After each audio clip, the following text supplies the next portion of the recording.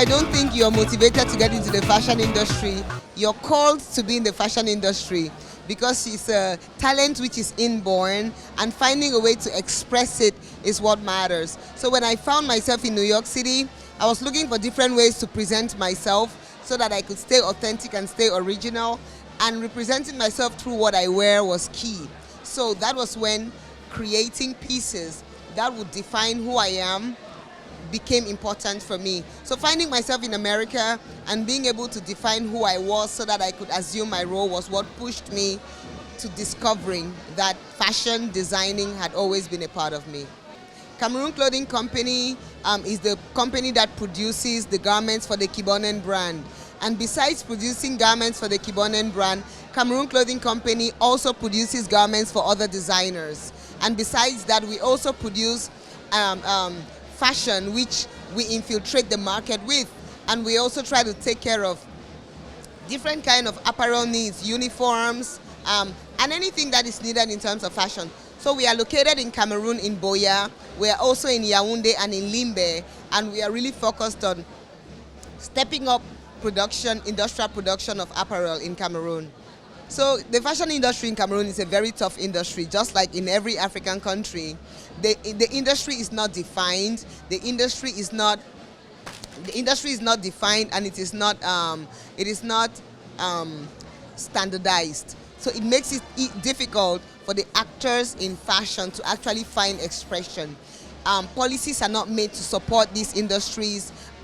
People are not trained really to be able to do what they have to do professionally, such that fashion can be used locally and also internationally. So we are at a phase where we are building, and thanks to the things that Afreximbank is doing through Canex, it's helping bring some kind of order, structure, and putting in money into the development of fashion. Oh my God, the evolution of fashion within the past 10 years has been really amazing. I remember when we started fashion 12 years ago, I mean, people looked at it like, oh, this was going to fade away, it's going to pass.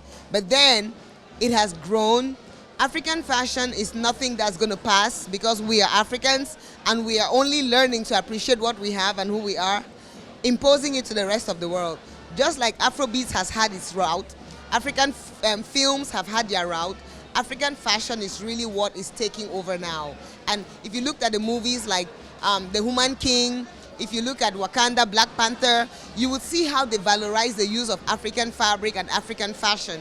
So it is actually being sold to the world right now. So it's time for African fashion and African textile producers to really take piggyback of what is happening and run with it. This is the time. Everybody wants to be identified with African fashion. Celebrities are wearing African fashion on the red carpet.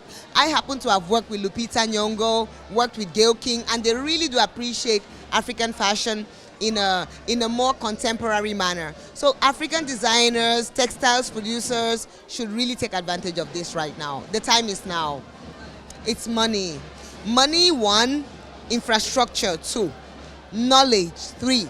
Because with the right amount of finance, we can do a lot of things. We can do the right products, we can have production facilities, and we can have the right PR to be able to push our work around the world. So it's money which will give us access to the right production facilities and the right PR around the world.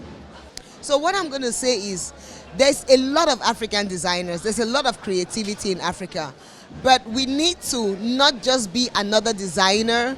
We need to be the designer who is bringing in something different or something unique to the market. Our designers should learn to define their brand DNA, define who their target market is, and work with it. Africa has 1 billion people. We should not all be struggling to go abroad when we are still importing 3/4 of our textile needs. So for us to be able to take advantage of what we have on the continent, press for it to influence what is on the continent, rather than look out for things to be imported. If we do that, there is a ready market in Africa which we can support. We don't necessarily have to be doing fashion for the diaspora. We can do fashion and have it sustainable for designers on the continent, and also the government needs to help.